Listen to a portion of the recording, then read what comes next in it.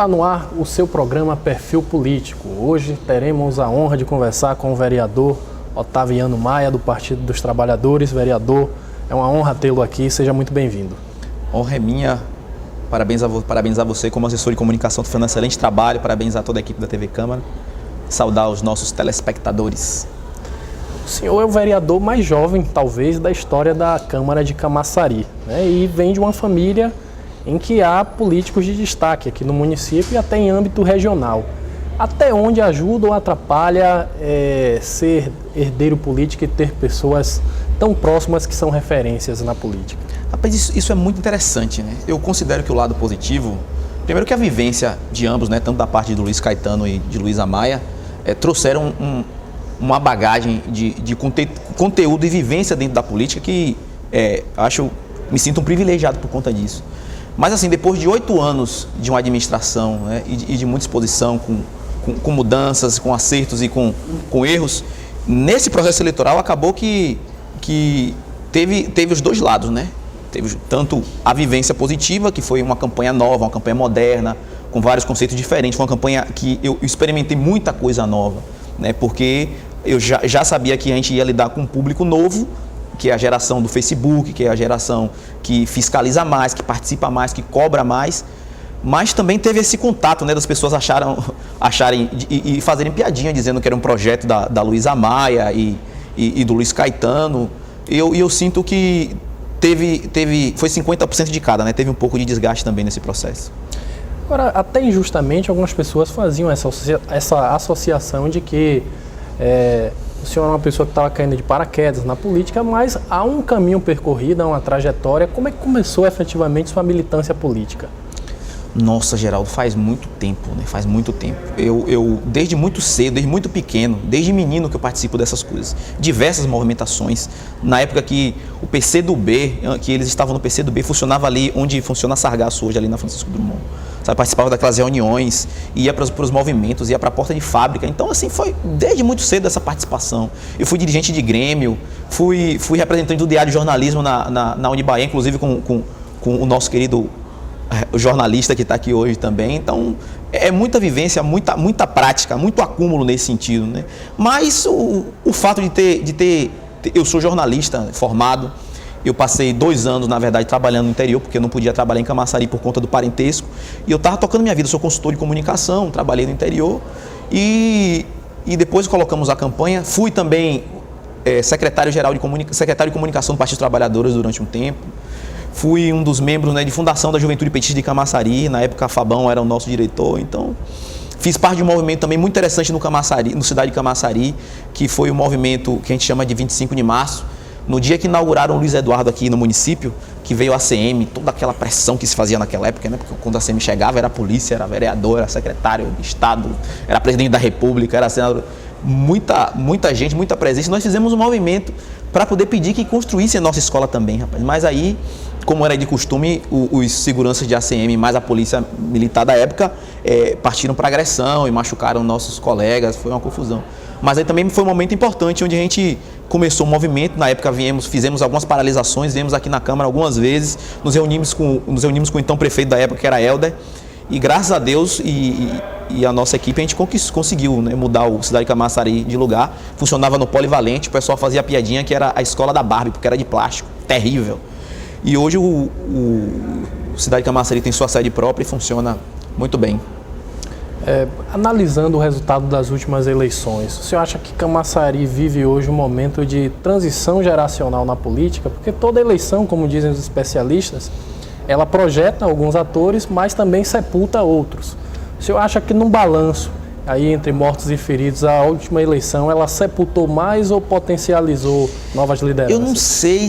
Eu não sei se geracional, mas com conteúdos diferentes, né? Ficou muito claro que as pessoas estão optando por políticos que tenham mais embasamento, que tenham mais participação social. Foi uma eleição que se demonstrou, foi eleição zonal. Os candidatos de bairro tiveram muito destaque. Acho que poucos vereadores conseguiram se destacar a nível municipal. Acho que aí Elinaldo, Marcelino, Theo, Jorge Coelho também apareceu muito bem, e os outros ficaram muito mais localizados. Então, assim, tem uma série de coisas que merecem ser vistas nessa campanha, né? Inclusive, a crítica aos políticos assistencialistas, né? Que ficou muito claro, né? E o próprio potencial também da comunicação, porque vários políticos, como diz o ditado, de uma tecla só, que ficavam ou com o mesmo discurso ou sem discurso nenhum, foram punidos, né? O senhor é jornalista, é um homem de comunicação, pensa a política também observando esse lado da comunicação, mas se a gente fosse analisar assim, até onde vai a importância de uma boa comunicação para um político? A comunicação, ela é 80% de um mandato, né? E isso está comprovado. Vários vereadores que têm um pensamento mais profissional de comunicação levaram vantagem. E quem não tinha, começou a ter. É só reparar que as contratações de vários jornalistas aqui pela casa, não tem como, é essencial, porque não adianta você desempenhar um bom trabalho, não adianta você fazer boas visitas, não adianta você partir para o prefeito para conseguir resolver as coisas se você não diz para a sociedade que você está resolvendo o que você está fazendo. E até para que se favoreça também a transparência, né? Então eu acho que a gente está num novo momento e temos aí também o jornalismo colaborativo, né? Tem na verdade várias mudanças de paradigmas, né? Na nossa época, os sites de informação eram praticamente cópias dos jornais impressos. E hoje há espaço, há moral de recados e tudo isso fomenta a discussão, né? Tudo isso faz o cidadão participar. E eu acho que os vereadores estão nessa observância, né? Eu particularmente estou fazendo a minha parte, né? Isso é muito importante, sobretudo numa sociedade onde a maioria das pessoas se informam opiniões também através daquilo que elas absorvem nos meios de comunicação. Agora, voltando um pouco a um assunto que a gente já falou agora há pouco, o fato de senhor ser o vereador mais jovem da história da Câmara, isso lhe imputa uma responsabilidade ainda maior para fazer um bom mandato?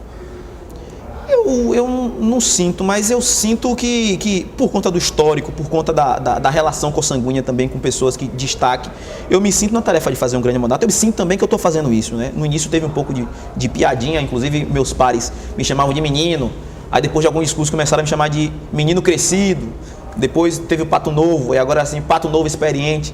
Então, acho que a nossa ação, né, a forma como a gente formula a política, o próprio discurso embasado, as discussões que nós trouxemos para aqui, para a Câmara, inclusive, discussões históricas, a exemplo dessa demanda do esporte, né, que entra presidente, sai presidente de comissão de esporte e a situação não era resolvida, a situação era sequer questionada aqui na Câmara. Nós trouxemos essa discussão, fizemos uma ação importante, que foi essa audiência pública, que, por incrível que pareça, foi a primeira audiência pública da história dessa casa, que reuniu várias pessoas, representantes da sociedade civil, né, no que tange a questão do esporte, para poder discutir. E um debate de verdade, onde as pessoas, mais de 30 inscritos, com 5 minutos de fala, né, as pessoas puderam expor suas críticas, suas sugestões, um debate duro, mas para nós, enquanto vereadores, assimilarmos que há muito que se trabalhar e para posicionar também o executivo em relação às demandas dessas pessoas, né?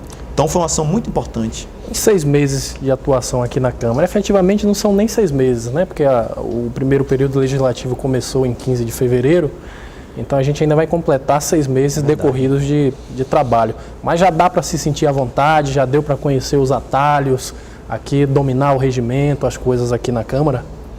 O regimento sempre é uma surpresa, né? É um livro de consulta, na verdade. Exatamente, porque, na verdade, se a gente fosse analisar pelo regimento, algumas sessões, inclusive, teriam que ser interrompidas, né? Mas o presidente Theo tem tido coragem em alguns momentos, né? Principalmente nessa questão de disciplinar as pessoas, do bom uso da casa.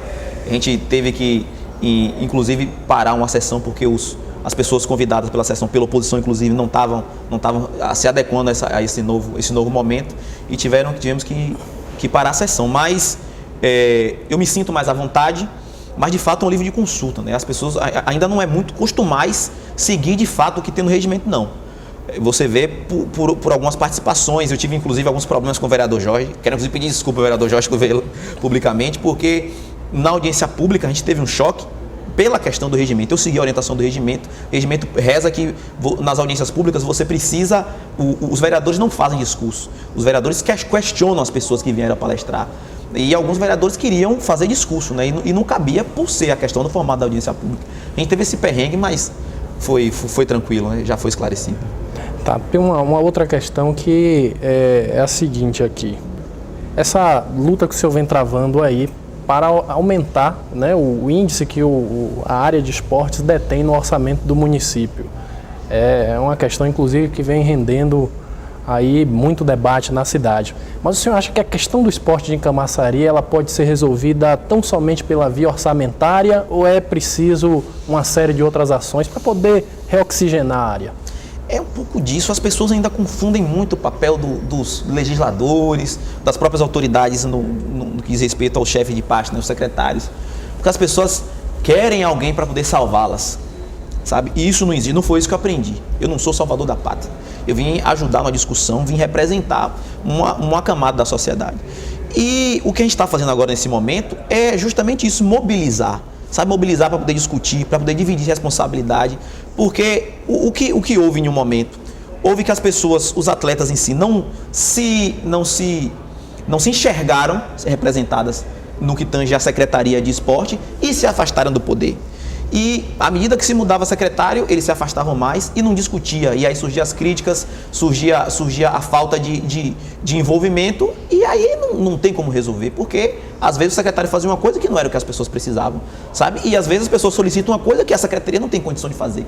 Então faltou a discussão. A gente apresentou um projeto que é muito importante, que é esse Conselho Municipal do Esporte, porque vai criar um fórum permanente de discussão entre essas duas partes, Poder Legislativo, Poder Executivo e sociedade civil, para estar discutindo, estar resolvendo as coisas de uma forma mais democrática e mais rápida também.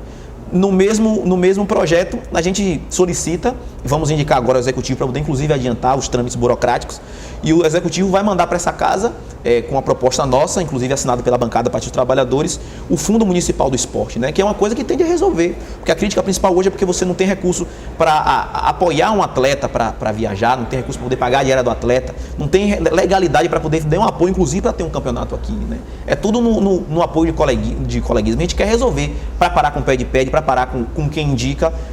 O Conselho vai gerir esse fundo e as pessoas que quiserem participar vão apresentar um projeto embasado, com justificativa, com orçamento, para poder disputar. Isso é uma forma transparente de começar a resolver esses problemas na nossa cidade. Qual o tamanho da fatia que a área de esportes hoje absorve do orçamento do município? Rapaz, é muito pequena. É menos de 2% do orçamento mensal, assim, não existe. A secretaria tem no seu orçamento anual 5 milhões de reais, sendo que isso dá o quê? 400 e poucos mil por mês, sendo que praticamente 80% é para poder pagar funcionário. Então, assim, é fingir que você vai resolver. E o que a gente está colocando é um pouco disso, né? A gente sentiu que de fato, Caetano fez a cidade saber que foi um grande empreendimento, né? E trouxe de volta, conseguiu unificar as várias tendências culturais e esportivas que se tinha no município, na orla, na zona rural. Camaçari tem essa geografia complicada, mas a cidade do saber conseguiu ser esse polo para oxigenar. E o nosso desafio agora é fazer com que as pessoas, com os quadros que nós conseguimos construir, os atletas bons que conseguimos construir na cidade do saber, tenham agora condições de mostrar o seu papel no cenário nacional e pegar o esporte e levar para as periferias, para fazer combate às drogas, para inserir socialmente. Esse é o nosso desafio. Bom, no próximo bloco a gente vai querer saber do senhor aí quais seriam hoje as 3 prioridades do esporte aqui no município. Mas essa é uma discussão que a gente retoma daqui a pouquinho. Vamos a um breve intervalo.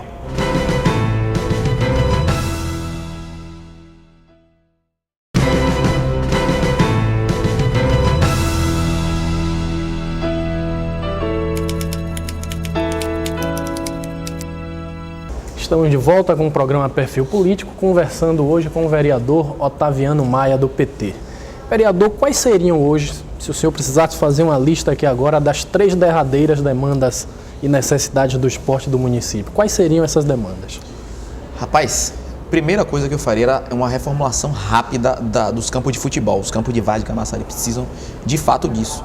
Porque você, além de agregar o atleta, o praticante da escolinha de futebol, tem o pai de família também, que tem a sua diversão, o seu lazer, e isso durante os finais de semana. Então, precisa resolver esse problema. Depois é infraestrutura para inserir esses esportes mais modernos, né? Essas novas linguagens que se tem.